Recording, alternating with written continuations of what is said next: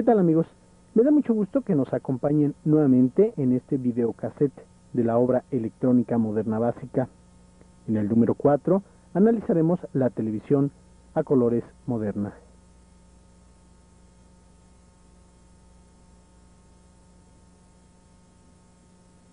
La televisión es un sistema electrónico para la transmisión y recepción de imágenes y sonidos a distancia, por medio de ondas electromagnéticas. Las imágenes que vemos en nuestro televisor se originan en la estación transmisora, que cuenta con estudios de grabación, postproducción y los correspondientes equipos de transmisión, incluida la antena. La imagen nace cuando la cámara enfoca un objeto o escena a transmitir. Posteriormente, la señal que se obtiene es procesada y enviada a la antena para su transmisión y subsecuente recepción por el televisor, el cual a su vez la reconvierte de su forma electromagnética en imágenes y sonidos, después de un largo y complicado proceso. En este videocassette, básicamente nos enfocaremos a analizar la operación del receptor de TV, comprobando prácticamente el trabajo de las distintas etapas que lo conforman. También haremos un repaso de los aspectos más importantes relacionados con la transmisión, aunque sin entrar en detalle. Y finalmente haremos un recorrido por una fábrica robotizada de cinescopios en Japón.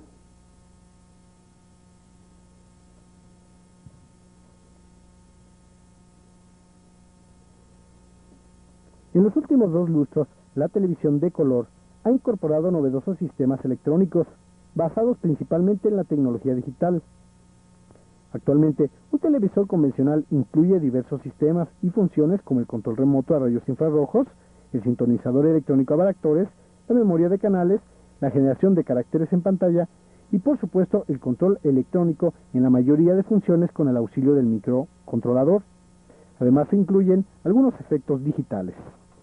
El dispositivo en el que se materializaron muchas de las innovaciones de los televisores fue el control remoto, el cual desde su concepción se planteó como una interfase amigable para permitir al usuario controlar a distancia las diferentes funciones del equipo, como volumen, color, brillantez, sharpness, etc.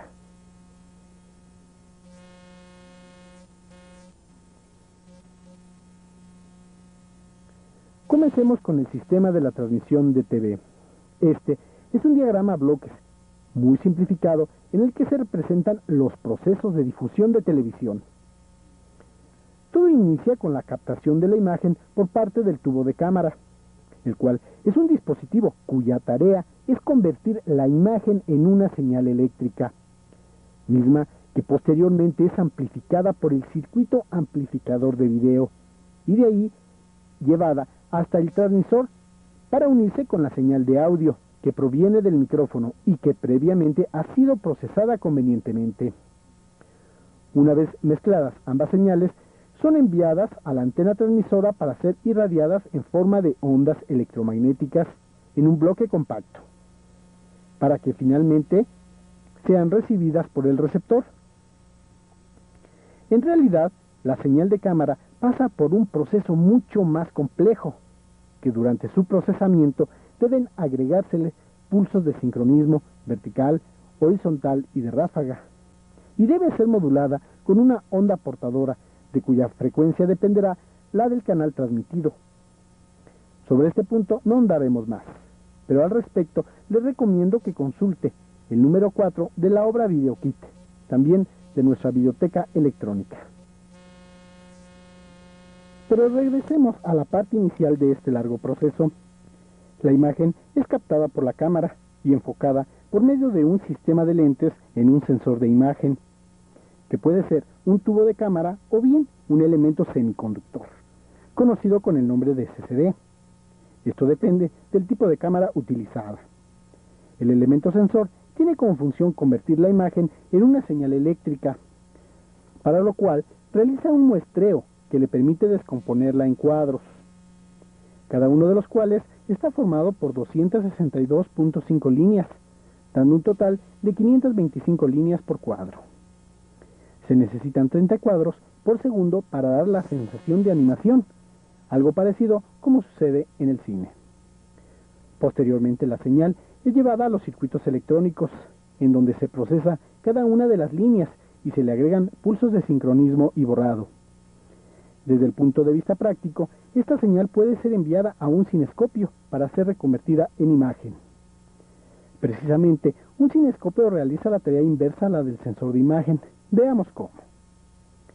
Por medio de un haz de electrones que emite un cañón dirigido por el conjunto de bobinas deflectoras que forman el yugo de deflexión, va produciendo un barrido sobre la pantalla cubierta por un material fosforescente, formando las líneas que en conjunto configuran los cuadros que al ir pasando sucesivamente crean la imagen en movimiento. Decíamos hace un momento que cada cuadro está formado por dos campos entrelazados, de 262.5 líneas cada uno. El pincel electrónico, al ir realizando el barrido hacia abajo, va formando el campo impar, configurado por las líneas 1, 3, 5, 7 hasta la 523.5. Posteriormente regresa hacia arriba y vuelve a bajar para formar ahora el campo par, configurado por las líneas 2, 4, 6, 8 hasta completar el cuadro. En el caso de la televisión a color, la cámara cuenta con 3 tubos o elementos sensores para recoger la imagen, correspondiendo cada uno de ellos al rojo, verde y azul, que son los colores primarios para la luz, ya que con la mezcla de ellos se puede obtener cualquier color, inclusive el blanco, como aquí se observa.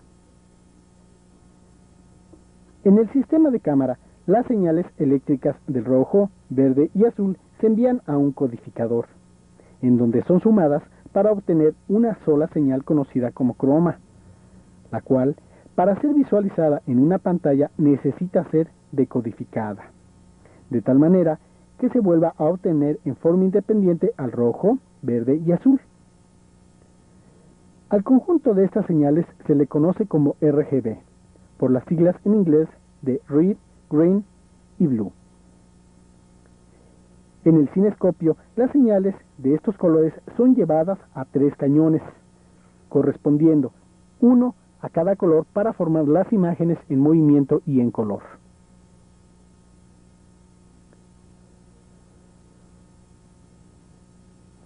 Una cámara a colores entrega diferentes tipos de señal, como son croma o señal de color, luminancia o señal de blanco y negro, pulsos de borrado horizontal y vertical, y pulsos de sincronismo horizontal y vertical. Cada uno de estos tipos de señal puede ser observado por medio de un osciloscopio. Para poder estudiar mejor esta información, en lugar de extraer la señal de la cámara, utilicemos un generador de patrones NTSC. En este caso, estamos utilizando un equipo líder modelo LCG 396.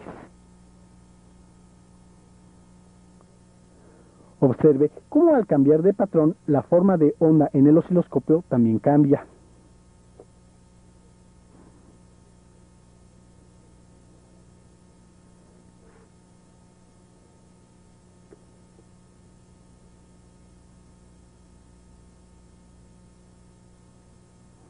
Ahora, al extraer la señal correspondiente a este patrón de barras de color, aparece una señal conocida con el nombre de video compuesto. Al presionar este botón en el generador de patrones, queda cancelada la señal de croma o color, quedando por lo tanto solamente la señal de luminancia, que corresponde a la imagen de blanco y negro. Observe el cambio que sufre la señal en el osciloscopio.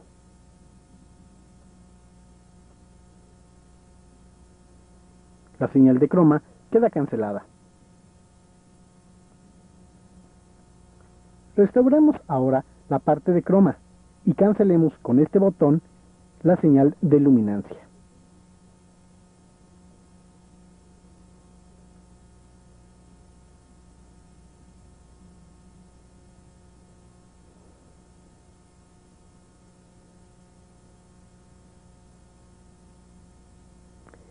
Esta parte corresponde a los pulsos de borrado horizontal, los cuales sirven para cancelar el retroceso del haz entre línea y línea. En esta figura, el retroceso horizontal se señala con las líneas punteadas.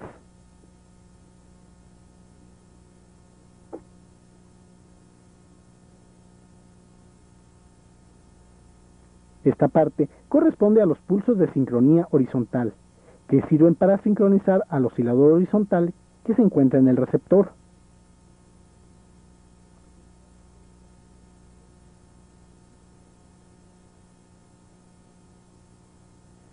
Del lado derecho del pulso de sincronismo horizontal se encuentra la señal conocida con el nombre de ráfaga o sincronismo de color,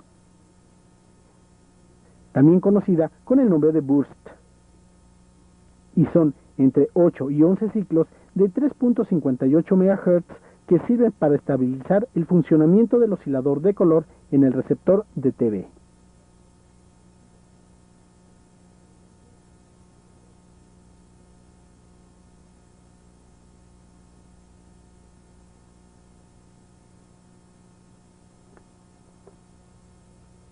Esta parte corresponde al pulso de borrado vertical, los cuales tienen como función cancelar el haz correspondiente al retroceso, cuando éste ha terminado el barrido de un campo, en la parte inferior del cinescopio. En este dibujo, el retroceso vertical se representa con la línea gruesa. En la parte superior del pulso de borrado vertical se encuentran, entre otros, 6 pequeños pulsos, los cuales en el receptor de TV se unen para formar un solo pulso de sincronismo vertical, que sirve para estabilizar el funcionamiento del oscilador correspondiente.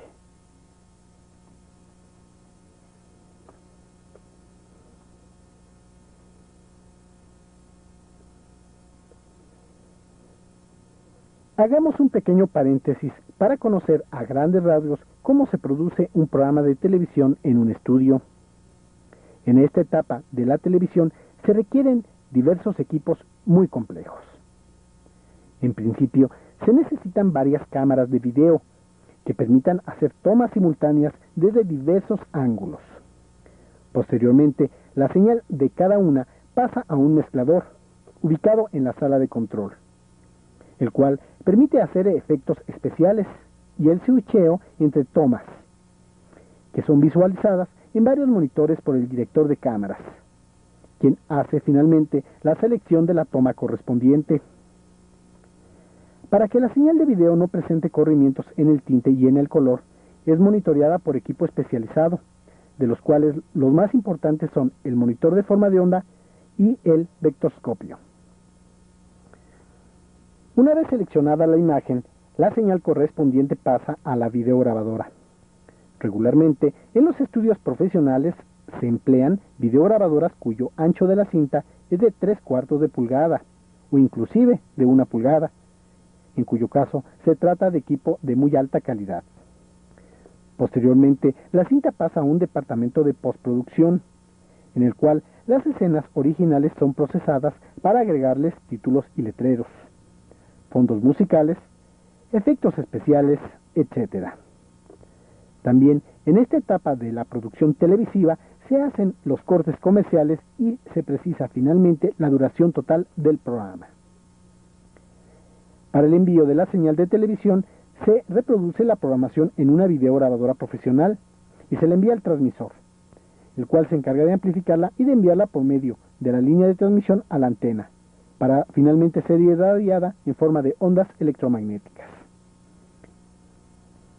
Esta señal viaja a través de la atmósfera, cubriendo un área igual al campo visual de la propia antena de transmisión. Por eso es importante que se encuentre instalada en un lugar muy alto para cubrir la mayor distancia posible, ya que para darle cobertura nacional o internacional al canal de televisión, la señal se manda a un satélite, el cual se encarga de retransmitirla a una estación terrena para ser procesada y nuevamente retransmitida al área local. Los hogares que cuenten con sistema de televisión doméstica vía satélite podrán recibir directamente la señal del satélite. Y a propósito, si usted desea enterarse más a fondo sobre el sistema de televisión doméstica vía satélite, le recomendamos que consulte el libro y el videocassette de los renombrados especialistas norteamericanos Frank Bailey y Brent Gale, en los que se analiza tanto la operación como la instalación y fallas del sistema, así como la orientación de la antena parabólica en casos de la República Mexicana y todos los países de América Latina. Ambos, el libro y el videocassette, están disponibles en español y forman parte de nuestra biblioteca electrónica.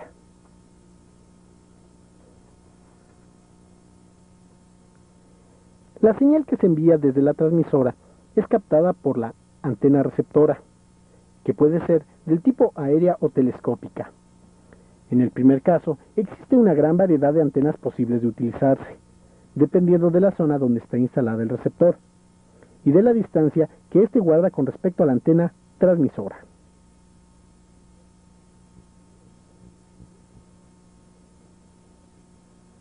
El receptor puede ser dividido en dos grandes etapas, que son el receptor y el monitor. Veamos la primera. La etapa de recepción del televisor es la encargada de captar la señal de la antena y de convertirla en una señal de video. A su vez, dicha etapa se subdivide en tres secciones, que son el sintonizador de canales, la etapa de frecuencia intermedia o FI y el sistema de control. En esta imagen estamos mostrando el diagrama a bloques de la etapa receptora del televisor. Observe que la señal que capta la antena es llevada al sintonizador. Ahí se hace una primera selección de la señal correspondiente al canal específicamente elegido por el usuario, ya que la antena no puede discriminar entre las diversas señales que recibe, procedentes de los diferentes canales de transmisión, captando todas a la vez. Además de hacer una primera selección, el sintonizador convierte la frecuencia del canal sintonizado a un valor conocido con el nombre de FI o frecuencia intermedia. Inmediatamente, la señal pasa a la segunda etapa que compone el receptor y que justamente recibe el nombre de frecuencia intermedia. Esta sección cuenta con los bloques necesarios para entregar a su salida una señal de video compuesto y audio ya separadas. El sistema de control es una etapa muy importante en el televisor, ya que viene a ser como una especie de cerebro del aparato. Por ejemplo, cuando lo encendemos o apagamos, cambiamos de canal, subimos y bajamos el volumen o cambiamos el tinte o color. Es el dispositivo encargado de recibir directamente estas órdenes desde el control remoto o las teclas de mando, de interpretarlas y de ordenar que sean ejecutadas por las secciones correspondientes.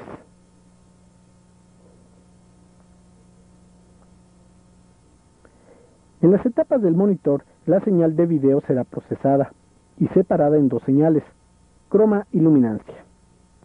Procesando ambas, se obtiene finalmente la señal RGB, que será enviada al cinescopio para producir las imágenes.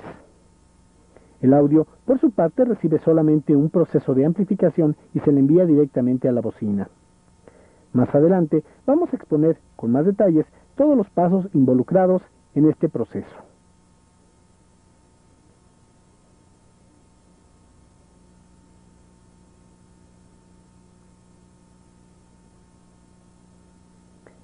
Este sintonizador de canales a varactores es, como dijimos anteriormente, el encargado de convertir la señal de RF que llega de la antena a una DFI, con un valor de frecuencia para la señal de video de 45.75 MHz y de 41.25 MHz para la del audio, en el formato NTSC, que es el utilizado en Estados Unidos, México y casi toda América Latina.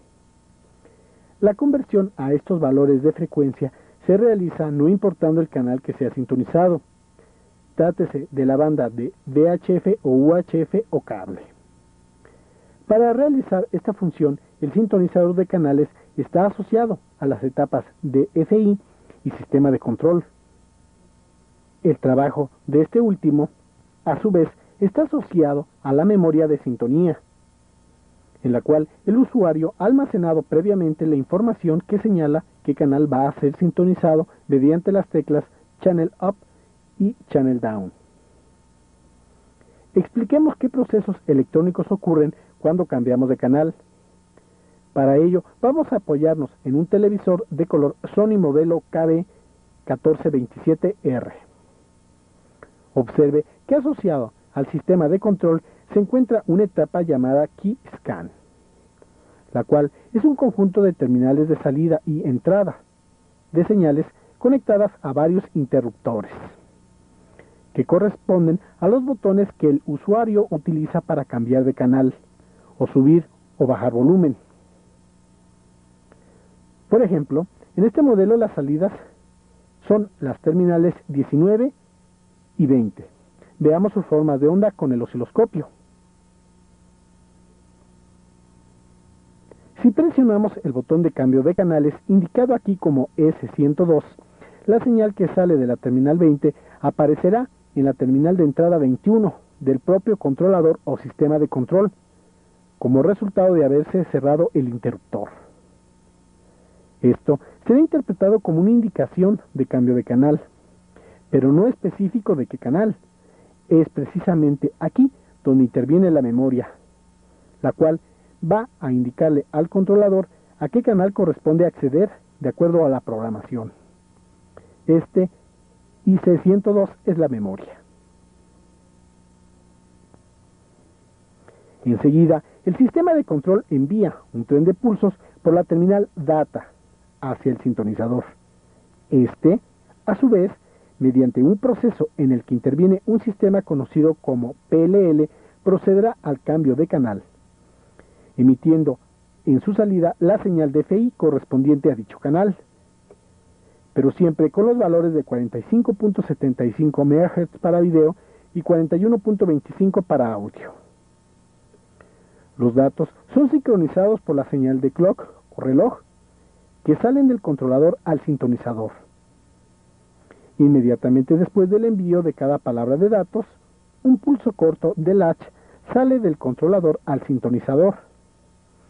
Este pulso sirve para cargar los datos de sintonía. De hecho, todos los datos de sintonía son transferidos durante el pulso de borrado vertical, repitiéndose el proceso cada vez que llega uno de estos pulsos. Observe con el osciloscopio la señal de datos y la de reloj.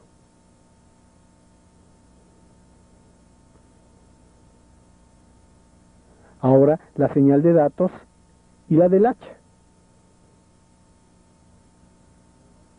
El sintonizador recibe un voltaje conocido con el nombre de AGC, el cual permite modificar la ganancia del amplificador DRF del sintonizador dependiendo del nivel de señal. Dicho voltaje es proporcionado por el bloque DFI. Los voltajes de CD que recibe el sintonizador son 12, 5 y 33 voltios. Este último voltaje es el que se aplica a los balactores para realizar la sintonía de los canales.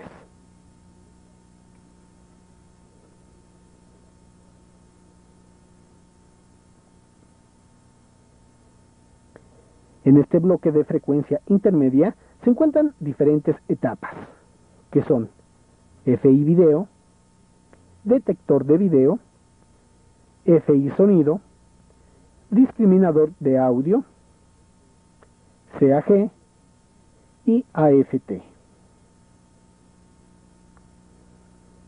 Por la terminal número 2 llega la señal DFI, procedente del sintonizador de canales.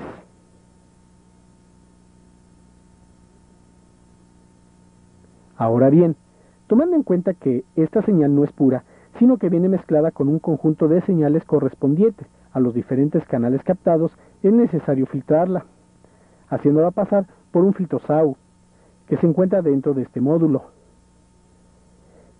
Este pequeño elemento está fabricado con un sustrato de cristal piezoeléctrico en cuya superficie se ha depositado un transductor en forma de peine, que convierte la señal que se aplica en la entrada en una onda acústica superficial. Dicha señal viaja hacia el otro extremo, donde se encuentra ubicado otro transductor que la reconvierte nuevamente en señal eléctrica, pero ya filtrada, para dejar pasar solamente la señal de FI video y FI sonido. Inmediatamente, la señal de FI es aplicada a un circuito integrado, en el cual se llevan a cabo los procesos de amplificación y detección en el video y de discriminación en el audio.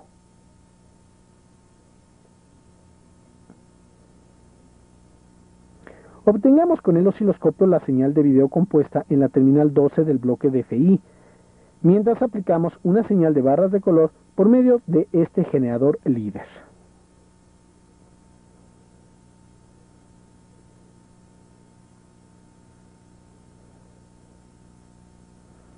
Por la terminal número 9 del bloque DFI sale la señal de audio, que después de ser amplificada por los transistores Q250, Q251 y 252, se aplica a la bocina, vía el transformador T251.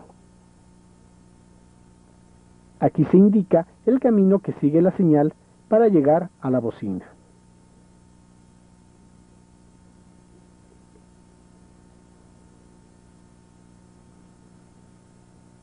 Por la terminal 6 del bloque DFI sale un voltaje que corresponde al sistema AFT o sintonía fina automática. Dicha información llega a la terminal número 35 del microcontrolador y, por medio de la terminal data, que es la número 38, sale al sintonizador para efectuar la corrección de la sintonía.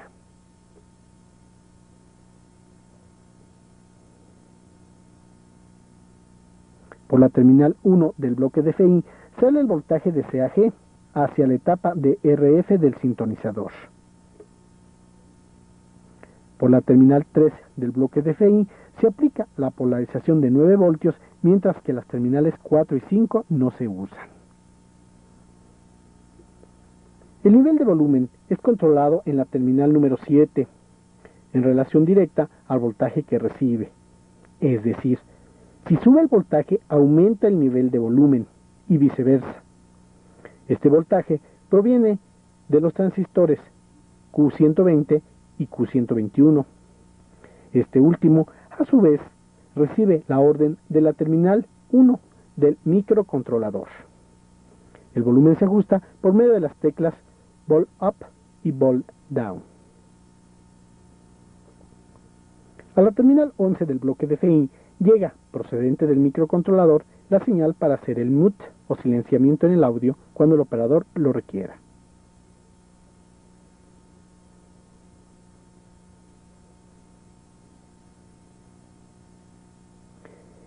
En los receptores modernos se incluye un circuito integrado bastante complejo, encargado de coordinar el funcionamiento de todas las etapas. A este elemento se le conoce con el nombre de microcontrolador, aunque en ocasiones suele llamarse microprocesador, por ser de una naturaleza similar, aunque realmente es muy limitada su capacidad de programación. El microcontrolador interactúa con todas las etapas, por lo que no tiene ningún sentido práctico estudiarlo por separado. De ahí que durante la exposición de los temas de este videocassette vayamos comentando su trabajo. Sin embargo, conviene tener en cuenta lo siguiente.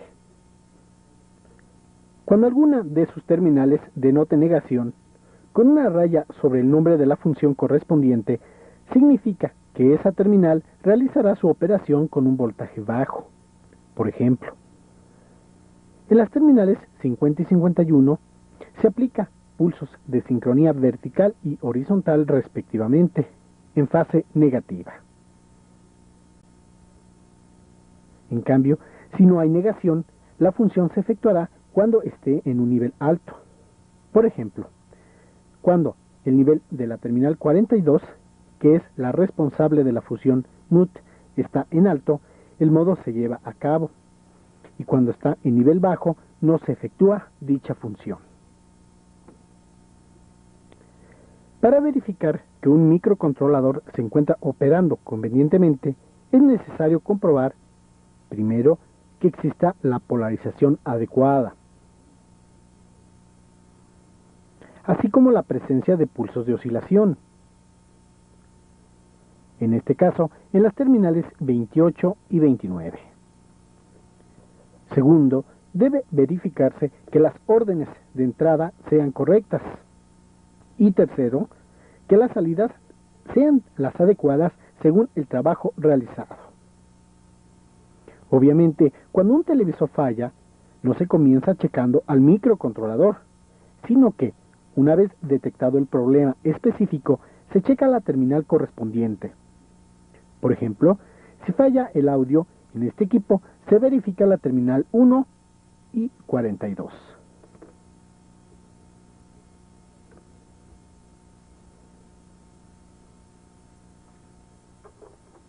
El video que se extrae del bloque DFI llega a la sección del monitor, concretamente al separador de croma y luminancia, para que pueda ser enviadas independientemente la señal de blanco y negro y la de croma, al circuito integrado de jungla. Aquí se procesan las señales para obtener las señales del rojo, verde y el azul, conocidas como RGB. Pero veamos esto con más detalle.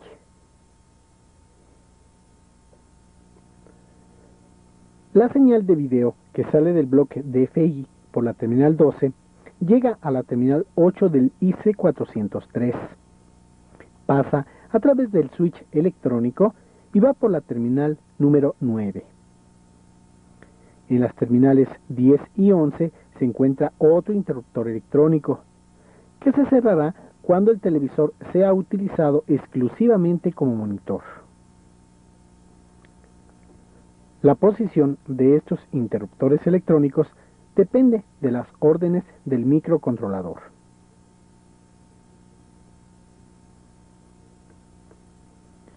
Finalmente, la señal de video sale por la terminal 9. Alcanza la base del transistor Q409 y sigue a través del filtro formado por C314, C326, R325 y R324, para seguir su camino hasta la terminal 43, aunque en este caso va a la señal de luminancia, ya que croma será desviada a través de R326 hacia la terminal 46. Veamos ahora la estructura interna del circuito integrado de jungla y C301. La señal de luminancia entra por la terminal 43. Observe su forma de onda.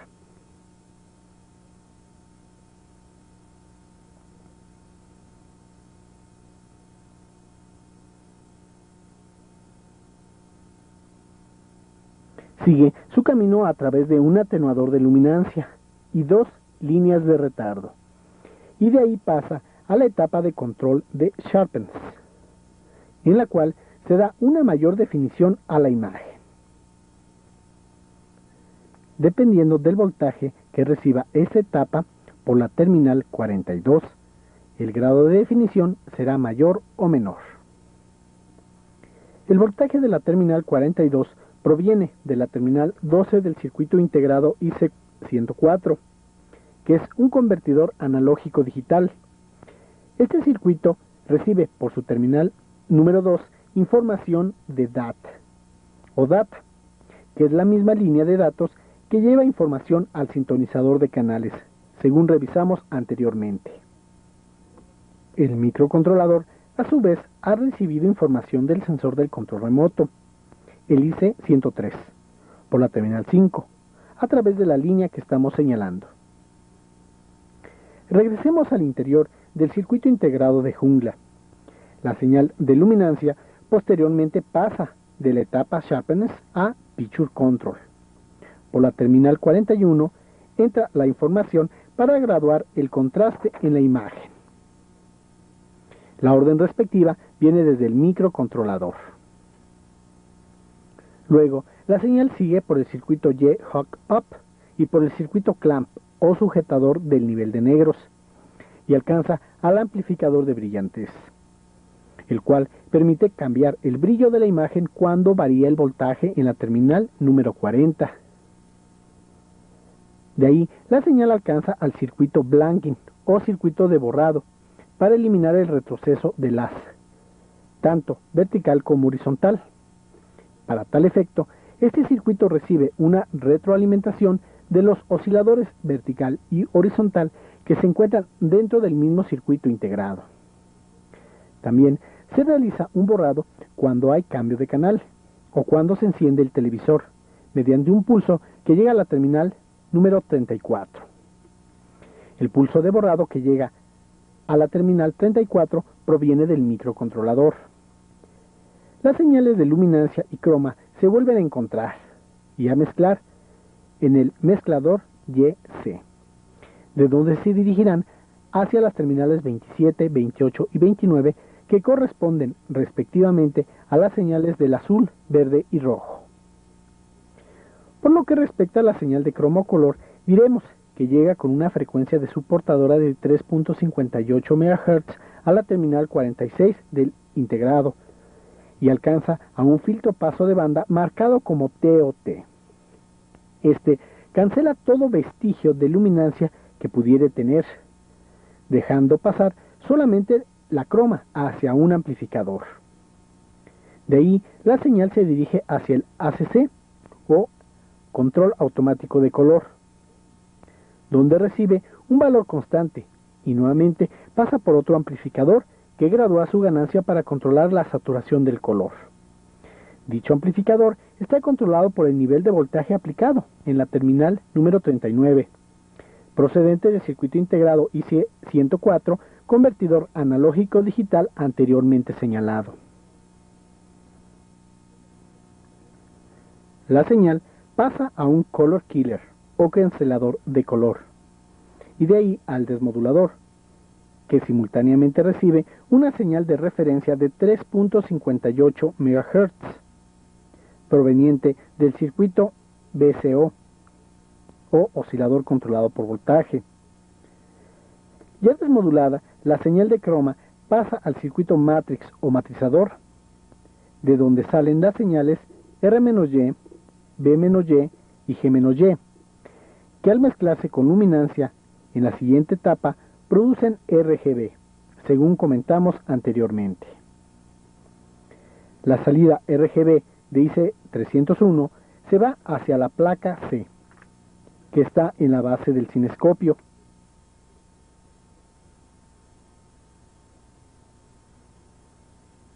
En ella se encuentran los amplificadores de color, transistores marcados con las matrículas Q701, Q702 y Q703, para el rojo, verde y azul respectivamente.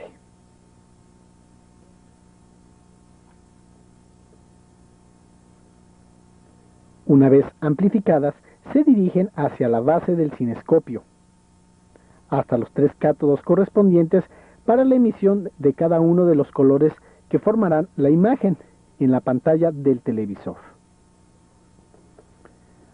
Aunque más adelante explicaremos el proceso de formación de imágenes en el cinescopio de color, por medio del rojo, verde y azul, haremos enseguida un experimento que nos ayudará a comprender mejor el tema. Conectemos el canal 1 del osciloscopio en la terminal 10 de la base del cinescopio para observar la señal del rojo y el canal 2 en la terminal 9, que corresponde al verde.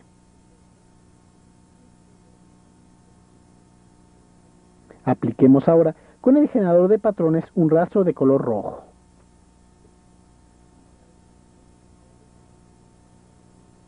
Observe cómo la pantalla se satura de este color.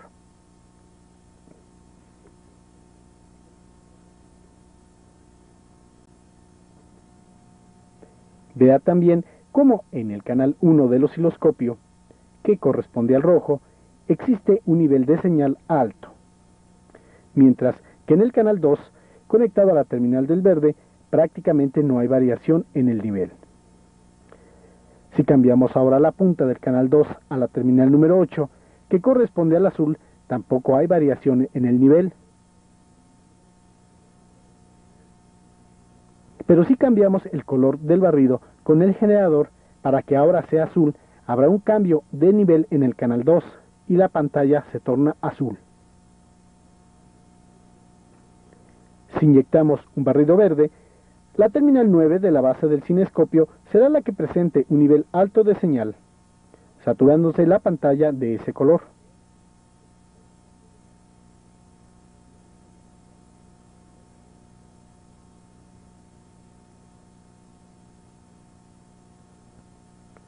Si aplicamos un barrido blanco, los tres cátodos presentarán el mismo nivel de señal y la pantalla se tornará blanca, como resultado de la emisión en la misma proporción de los tres cátodos.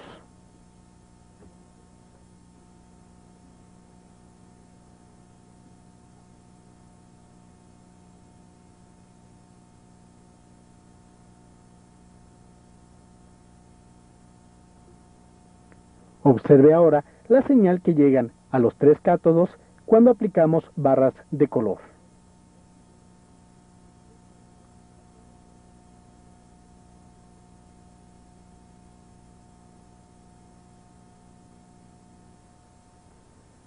Regresemos al diagrama a bloques de la sección del monitor.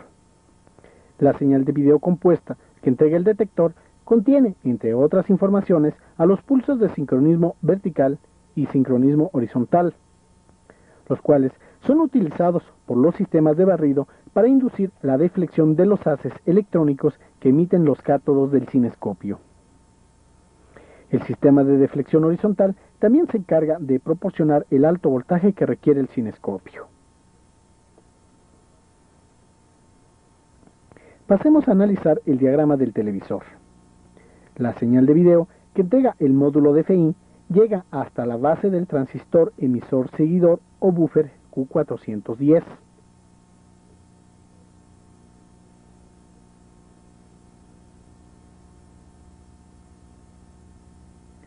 Sale por el emisor y alcanza la base de Q407, que es el separador de sincronía vertical, llegando a Q408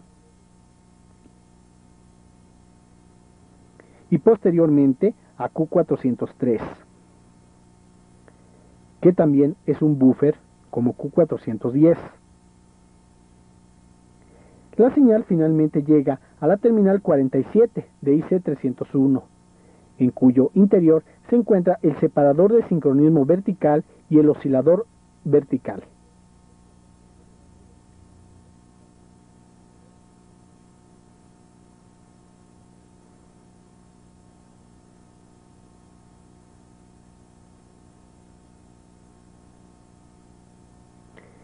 Este oscilador debe trabajar a una frecuencia de 60 Hz, aunque dicha frecuencia se puede modificar por medio del voltaje que se aplica a la terminal 19 del mismo circuito integrado, ajustando RB502.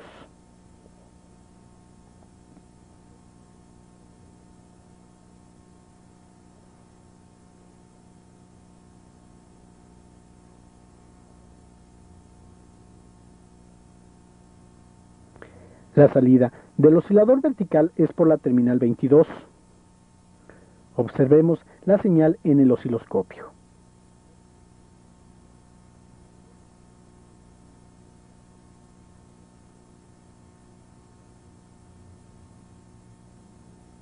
De ahí se dirige a la terminal 6 de IC501, que es el circuito integrado de salida vertical.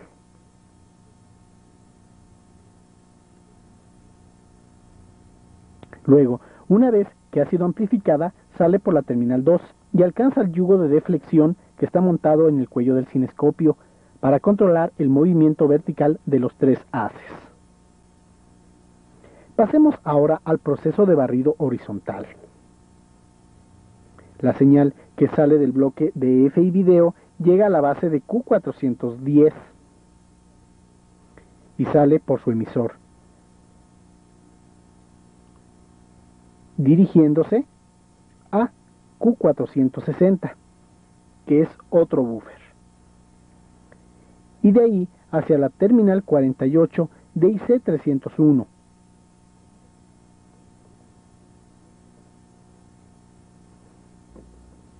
En el interior de este circuito integrado se encuentra también un separador de sincronismo horizontal, el cual entrega señal hacia dos etapas. Una, el circuito de salida de sincronía horizontal, que manda los pulsos de sincronismo por la terminal 5. Y dos, la etapa detector del control automático de frecuencia. Para puntualizar cómo funciona el separador de sincronismo horizontal, extraigamos con el canal 1 del osciloscopio la señal de video que entrega el bloque de DFI. Con el canal 2 conectado a la terminal 5 de IC301. Observe que únicamente unos pulsos con frecuencia del sincronismo horizontal están presentes. Toda la información restante ha sido cancelada. El AFC o control automático de frecuencia recibe por la terminal número 13 una retroalimentación de los pulsos horizontales desde la salida de la etapa, con el fin de realizar comparaciones entre los pulsos generados por el oscilador y los de referencia de sincronismo. Si detecta diferencias o errores, significa que hay un corrimiento en la frecuencia del oscilador horizontal, el cual debe generar 15.734 Hz. Observemos por la terminal 11 del circuito integrado la forma de onda que aparece en el osciloscopio.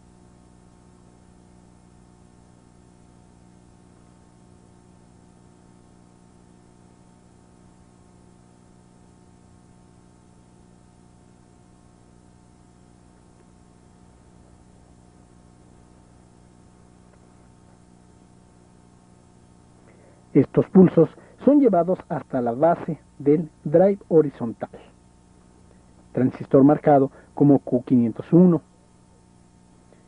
el cual los amplifica. Veamos con el osciloscopio la forma de onda en la base y el colector.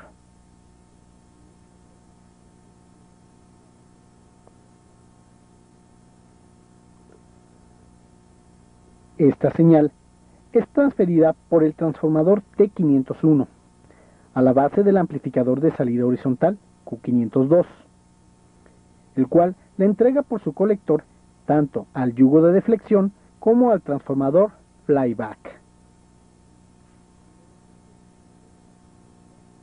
El yugo de deflexión recibe esta forma de onda y genera el barrido horizontal en los tres haces del cinescopio.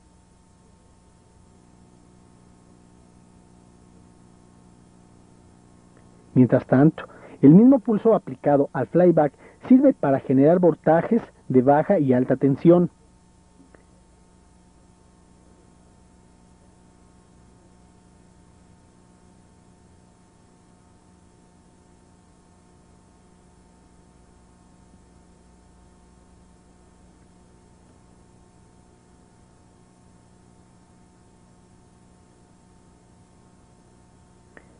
Estos son los pulsos que entrega el amplificador de salida horizontal.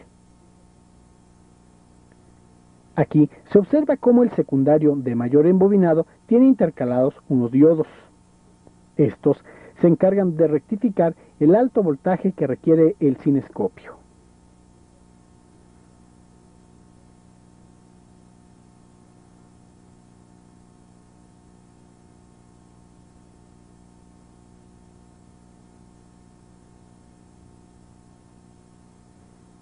En las terminales 1 y 2 del flyback sale el voltaje para el funcionamiento de los filamentos del cinescopio.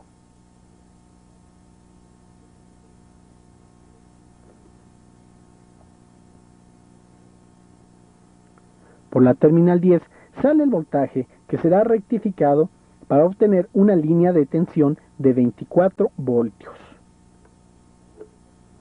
Por la terminal número 4 sale el voltaje que será rectificado para obtener los 180 voltios que requiere la rejilla pantalla del cinescopio. Y por la terminal número 7 se obtiene el voltaje que al ser rectificado producirá 15 voltios.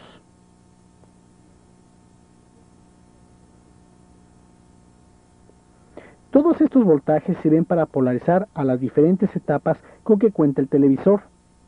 Por lo tanto, puede decirse que la etapa de salida horizontal es propiamente una unidad de alimentación, por la cual, para distinguirla de la fuente de alimentación que recibe los 120 voltios de la línea de CA, se le llama fuente de alto voltaje.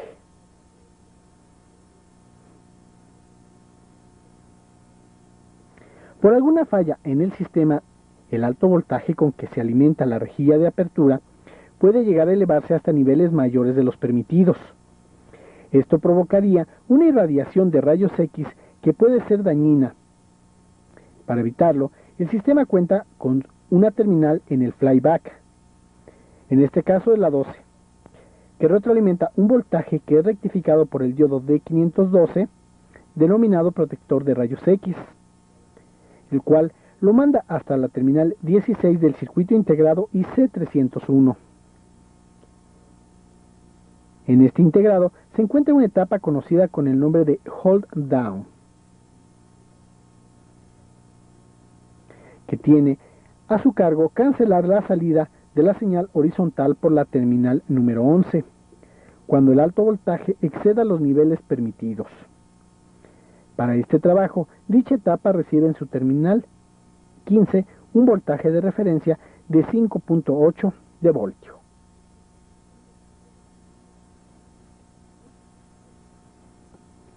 Para alimentar a todos los circuitos del televisor, se requiere que los 120 voltios de la línea de corriente alterna sean transformados en un voltaje directo.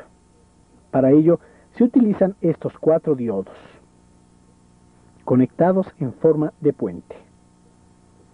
Enseguida, el voltaje es filtrado por el condensador C602 y entregado al circuito integrado IC601, que es un regulador que recibe 142 voltios y entrega 135 aproximadamente. Esta línea de 135 voltios es la que polariza al sistema de barrido horizontal y al sistema de audio y sintonizador de canales por medio de divisoras de voltaje. Recuerde usted que la etapa de barrido horizontal proporciona los demás voltajes para el funcionamiento del televisor. El encendido del televisor se lleva a cabo por medio de un interruptor que se encuentra entre la línea de CA de 120 voltios y el puente. Dicho interruptor forma parte del relevador RY601, que a su vez está controlado por el transistor Q601.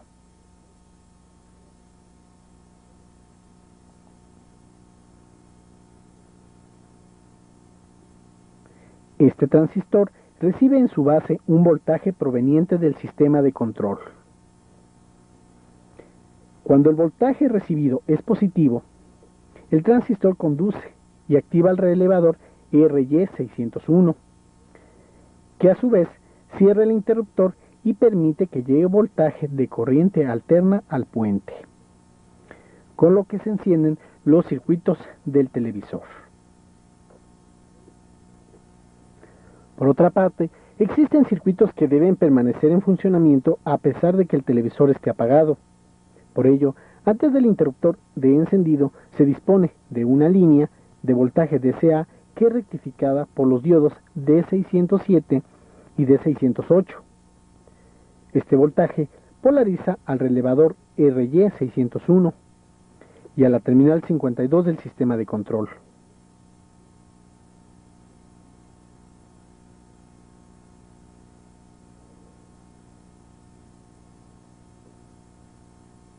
A esta línea se le conoce con el nombre de Standby 5 voltios. Si presionamos el botón de encendido del televisor, el voltaje existente en esa terminal 24 del microcontrolador, que es de 5 voltios, se irá a tierra, provocando que en la terminal 32, llamada drive del relevador, pase a un estado alto permanente y haga conducir al transistor Q601 para que se lleve a cabo el encendido. Si se vuelve a presionar nuevamente el botón, observe cómo baja momentáneamente el nivel en la terminal 24 y cómo la terminal 32 presenta un nivel bajo permanente apagándose el televisor.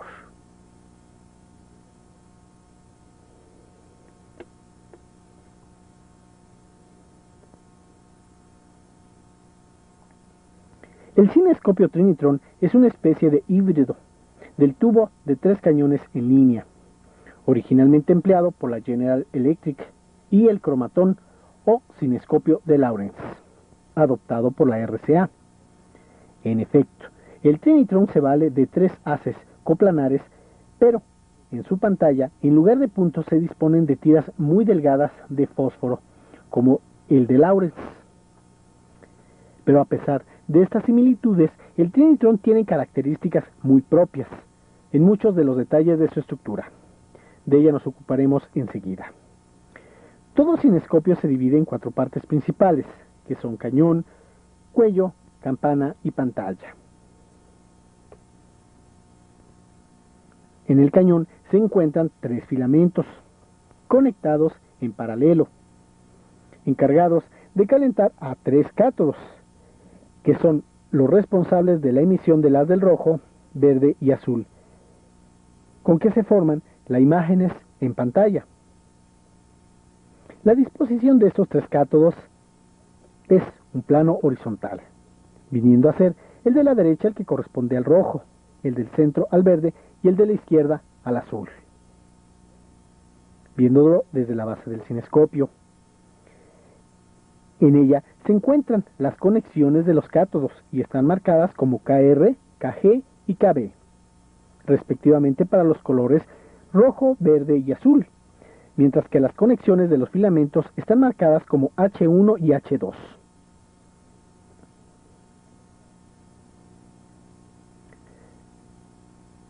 Después de los cátodos sigue el ánodo de control. Y luego la reja pantalla o primer ánodo de aceleración. Aparece enseguida un segundo ánodo de aceleración, formado por 2 secciones, en medio de las cuales se ubica la reja o ánodo de enfoque. Ya casi en el cuello del cinescopio se ubican varias placas de convergencia. A lo largo de todo el cuello del cinescopio, también en su interior, se encuentra una resistencia conocida con el nombre de H-stat, que permite aplicar el voltaje adecuado a las placas de convergencia externas. El alto voltaje que proviene del flyback es llevado a la rejilla ubicada cerca de la pantalla del cinescopio y a las placas de convergencia internas, y por medio de la divisora de voltaje interna aplica voltaje a las placas de convergencia externas.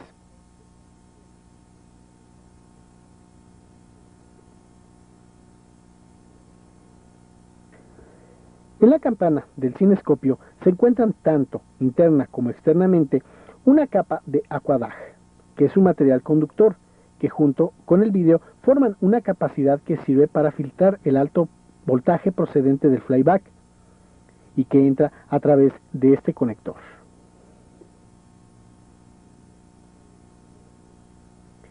Casi llegando a la pantalla se encuentra una rejilla de apertura, equivalente en los cinescopios antiguos a la llamada máscara de sombra. Es de acero inoxidable y tiene como función impedir que los haces electrónicos provenientes de los cátodos golpeen en la pantalla zonas de fósforo que no les corresponde. Es decir, se utiliza para permitir el golpeteo de cada haz electrónico exactamente sobre la tira de fósforo del color correspondiente. Así, el haz del rojo debe golpear solamente a las tiras de fósforo que emiten luz roja. De la misma manera, el haz del verde debe golpear solamente a las tiras que emiten el color verde. Y el haz del azul debe golpear solamente las tiras que emiten el color azul. Veamos ahora la trayectoria de los haces electrónicos desde que salen de los cátodos. Una vez que son emitidos, cruzan la rejilla o ánodo de control, que tiene una forma cilíndrica, con 3 orificios de salida, en la cual los modula de manera independiente para darles intensidad individual al compararse las diferencias de potencial por referencias de cada uno de los cátodos. Cada uno de los haces puede ser controlado de manera independiente, debido a que cada uno de los cátodos recibe la señal de video a través de circuitos separados. No olvide que en este televisor se emplean 3 amplificadores transistorizados, Q701, Q702 y Q703, los cuales reciben la señal matrizada de la salida de IC301, circuito integrado de jungla de croma y luminancia, y una vez amplificada la inyectan a los respectivos cátodos. Los controles BKG determinan a través de la conducción de los transistores amplificadores de salida Q701, Q702 y Q703 la polarización previa entre el cátodo y ánodo de control de los tres haces electrónicos, con el único fin de lograr una excitación uniforme de los tres fósforos de la pantalla para obtener el brillo de color blanco sin imagen. Una vez que han cruzado la rejilla de control, los haces pasan por la rejilla pantalla, la cual también tiene tres orificios independientes. Los electrones, al sentirse fuertemente atraídos por el potencial positivo de esta rejilla, son acelerados, pero no modulados, por lo que su intensidad permanece uniforme. El ánodo de enfoque es un cilindro más, ubicado entre los dos cilindros que forman al segundo ánodo de aceleración, donde los electrones son acelerados nuevamente. Aquí los haces se cruzan y vuelven a separarse por inducción electrostática. Esto equivale a una lente electrónica que adelgaza los haces e invierte su posición original, estando ahora el azul del lado derecho, el rojo del lado izquierdo y el verde permanece en el centro. La finalidad de todo es alcanzar un enfoque más fino. De aquí, los haces pasan a las placas de convergencia, cuya función es hacerlos convergir en la pantalla del cinescopio, para excitar a las triadas de líneas verticales de fósforo, que producen la luz roja, verde y azul, de cuya combinación resultarán las imágenes. A este procedimiento de generación de imágenes por la combinación en diversas proporciones de los tres colores primarios para la luz, se le conoce como mezcla aditiva por yuxtaposición. Naturalmente, la formación de imágenes en movimiento es resultado de 30 cuadros por segundo.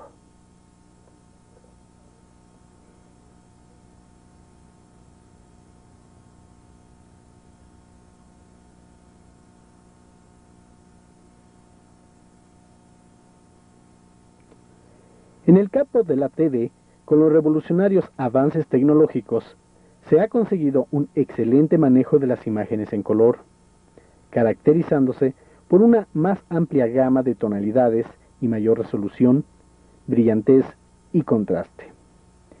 Tecnológicamente, es muy grande la diferencia entre los modernos sistemas de televisión y los que predominaron en los inicios de las transmisiones de color no hace ni 3 décadas. Veamos cómo es un cinescopio Black Triniton por dentro.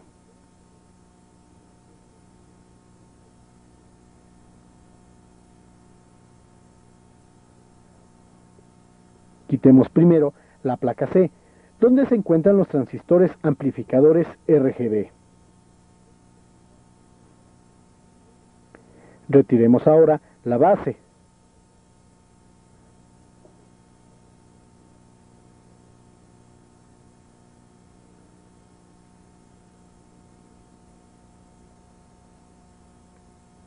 Y rompamos el extremo del cañón para permitir la entrada del aire, dado que la ampolla se encuentra al alto vacío.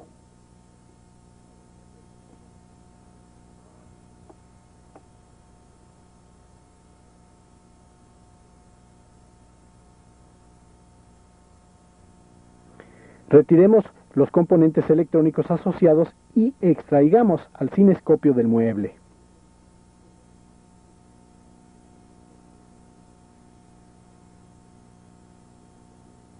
Ahora vamos a romper el cuello.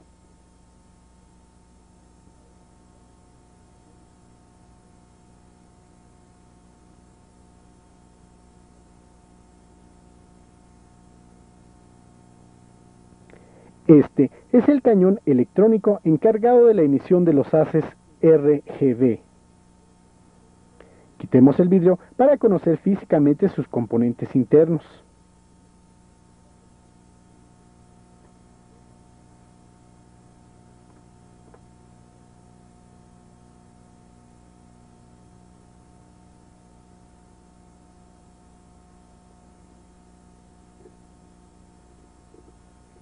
Esta es la rejilla o ánodo de control.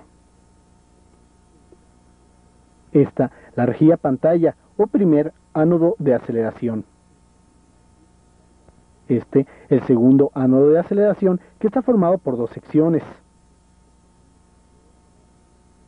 En medio de ellas se encuentra el ánodo de enfoque.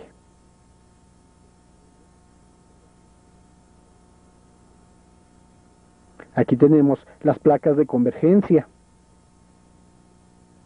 Este elemento se conoce con el nombre de getter y sirve para hacer el vacío completo del cinescopio durante la fabricación. En esta toma se puede apreciar las placas de convergencia y al fondo 3 perforaciones por las que salen los haces electrónicos.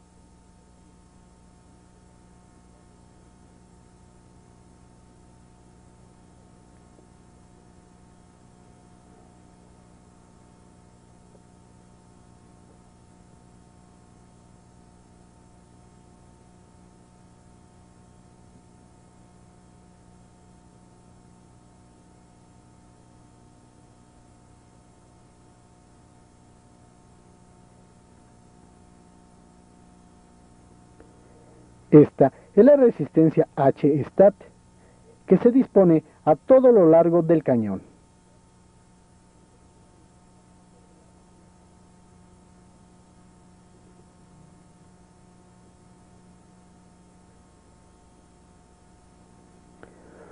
Por la parte externa e interna del cinescopio se cubre con aquadaj.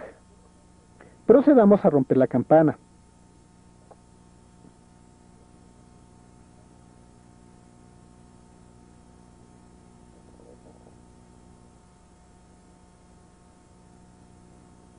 Observen el aquadaj.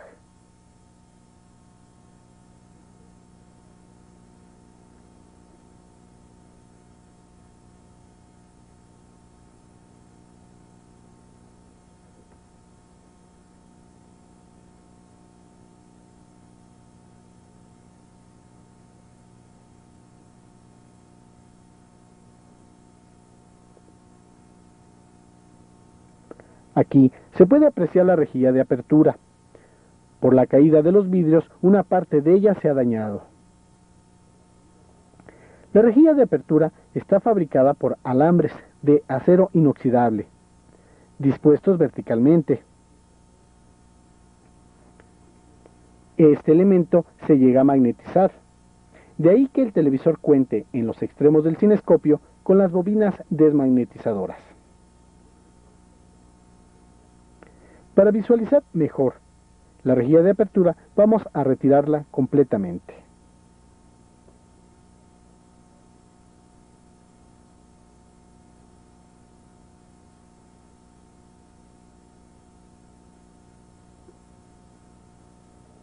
Y vamos a cortar los alambres.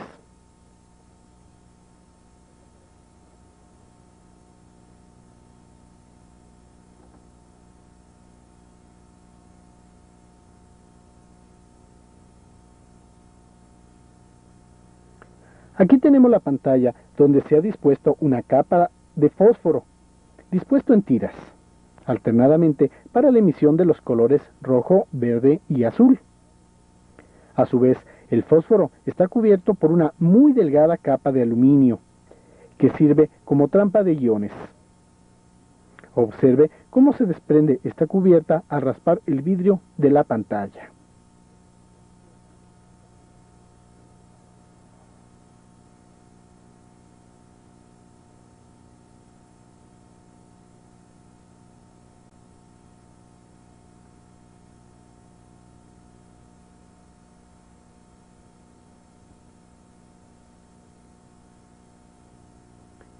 Hagamos ahora un breve recorrido por una fábrica japonesa de cinescopios. El cañón es armado en un sitio libre de todo tipo de impurezas.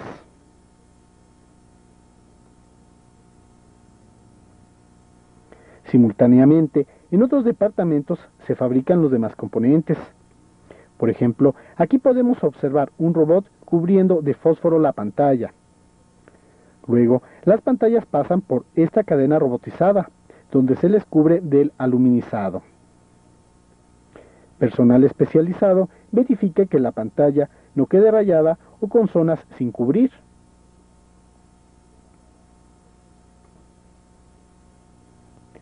Una vez fabricada, la rejilla de apertura es verificada minuciosamente para evitar defectos u otras alteraciones que pudieran provocar corrimientos del color.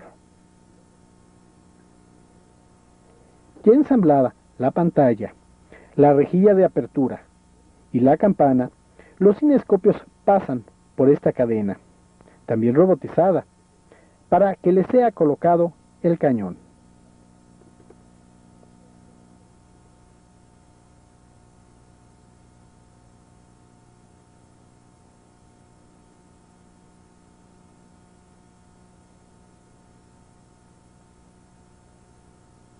Luego se procede a la extracción de aire de su interior para dejarlos al alto vacío. Esto se hace porque el aire es un aislante que estorba el paso de los haces electrónicos. Ya completamente ensamblados, los cinescopios pasan por un riguroso control de calidad.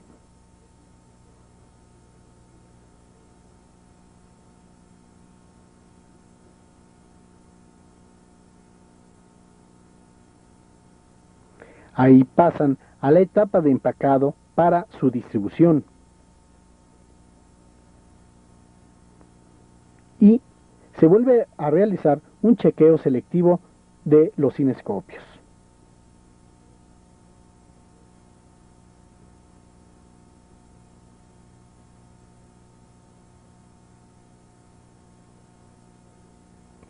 Finalmente, son empacados por robots, disponiendo todas las protecciones necesarias que permitan su manejo seguro durante los viajes en barco o en avión.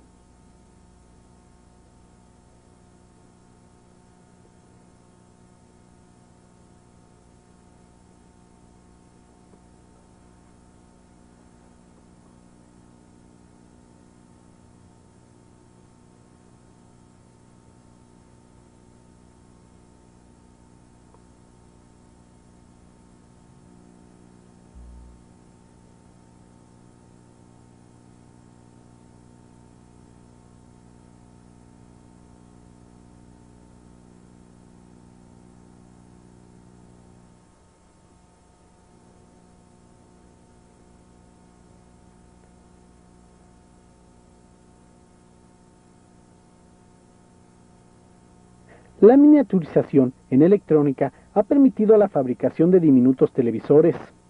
Naturalmente, el dispositivo visual de estas miniaturas no es un cinescopio, sino una pantalla plana fabricada con cristal líquido, capaz de emitir imágenes en color o en blanco y negro.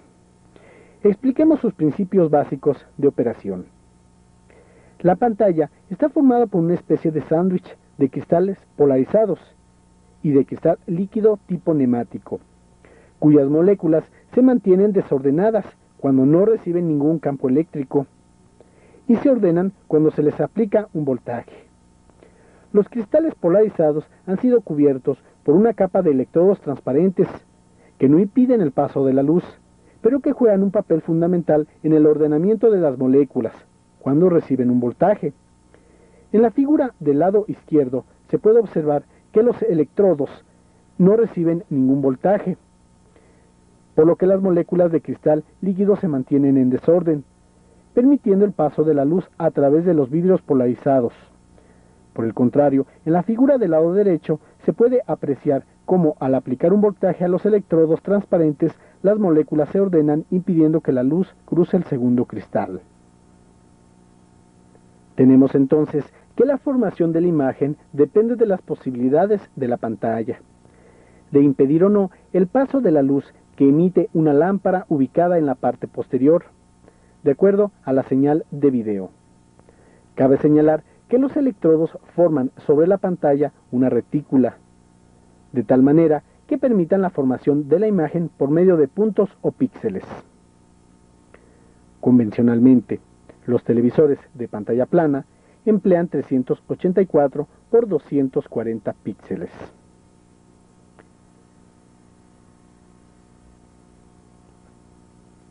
Si el televisor es de color, enfrente de la pantalla se dispone un reticulado, formado por filtros de colores rojo, verde y azul, alternadamente. Y correspondiendo a cada uno de los píxeles, siguiendo el mismo principio de la mezcla aditiva por yuxtaposición en la que se basan los cinescopios. Es importante señalar que cada píxel se encuentra controlado por un transistor de efecto de campo para determinar su activación. La capacidad formada entre los electrodos retiene la información hasta la llegada del siguiente campo.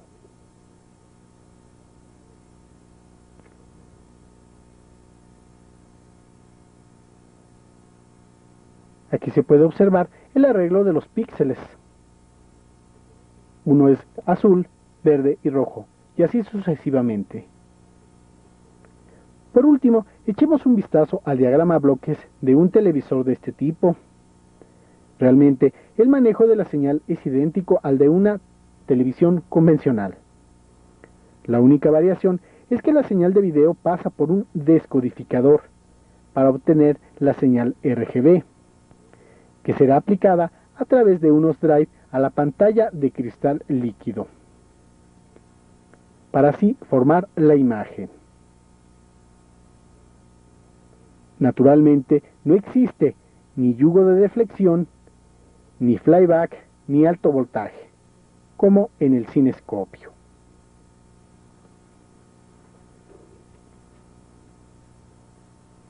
Aquí puedo observar que una pantalla de cristal líquido de un televisor es bastante delgada.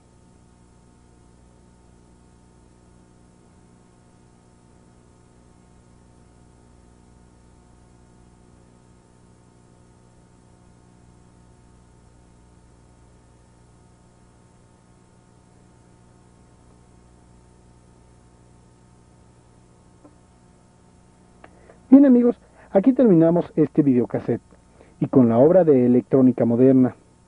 Esperamos que haya sido de utilidad en su formación técnica. Próximamente anunciaremos otras obras.